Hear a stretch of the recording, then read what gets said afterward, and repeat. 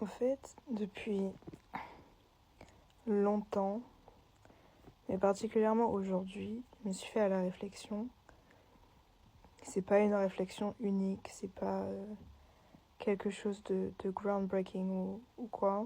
C'est quelque chose que beaucoup de psy, de professionnels disent, même sur les réseaux, en cabinet, etc.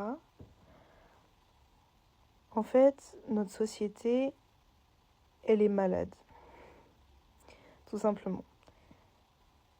Et une des choses qui fait que notre société est malade est le fait qu'on traite la santé mentale, comme quelque chose à guérir plutôt qu'à prévenir.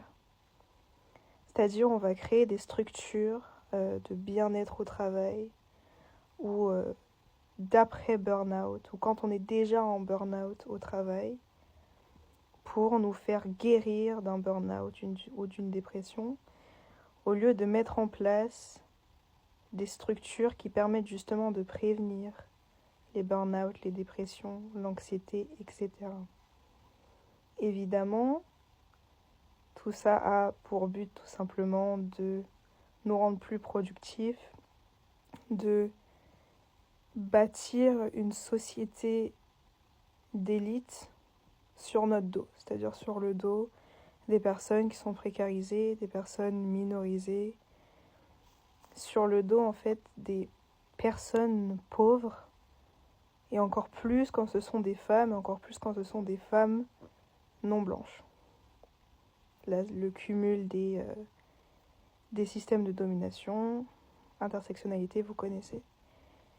Mais vraiment, le problème de la santé mentale, c'est que c'est tout le temps, il faut guérir au lieu de il faut prévenir. Et les puissants, entre guillemets, le savent très bien. Parce que justement, ils comptent sur ça. Ils comptent sur notre travail malade, sur nos corps malades, pour eux s'enrichir, pour eux s'élever, etc. Donc, le fait de le dire, c'est pas pour que les puissants en prennent conscience, parce qu'ils en ont déjà conscience. Ils l'utilisent, tout simplement. Le but de le dire et de le relayer, c'est que nous, on s'en rende compte. Après, tout ce qui est « oui, mais qu'est-ce qu'on peut faire ?» Ça, c'est à nous de voir. Chacun voit midi à sa porte, comme on dit. Donc certains vont continuer à participer au capital, d'autres vont ralentir, d'autres vont complètement arrêter, etc. Ça, et il y a énormément d'autres choses qui rentrent en compte, évidemment. Donc on aime parler des États-Unis quand on parle des lobbies pharmaceutiques, mais en France, c'est pareil. Le nombre de personnes qui sont sous antidépresseurs, sous anxiolytiques, est affolant. C'est-à-dire que on vous dit il faut passer par un médecin, donc par un psychiatre avant toute chose.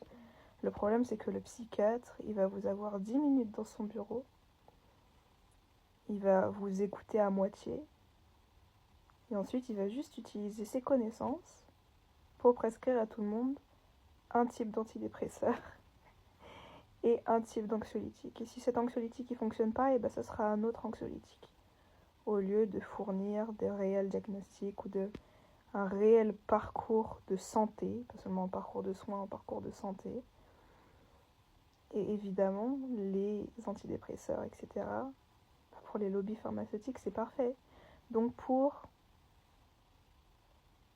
faire avancer en quelque sorte l'économie, va falloir payer un psychiatre, ensuite il faut payer ses médicaments, etc., etc. Donc, je redis, c'est juste bien des fois d'en prendre conscience, que collectivement on en prenne conscience, parce que eux, les puissants, ils changeront pas, parce que bon, c'est leur position qui leur permet. Mais nous, le fait d'en prendre conscience, ça nous permet de prendre des décisions en conséquence. Donc les décisions, évidemment, elles sont chacune à notre échelle. Parce que comme c'est notre travail de pauvre qui fait avancer la société, on ne peut pas tous se permettre de prendre des décisions drastiques. Mais prenez-en conscience. C'est vraiment le tout début, la base du travail.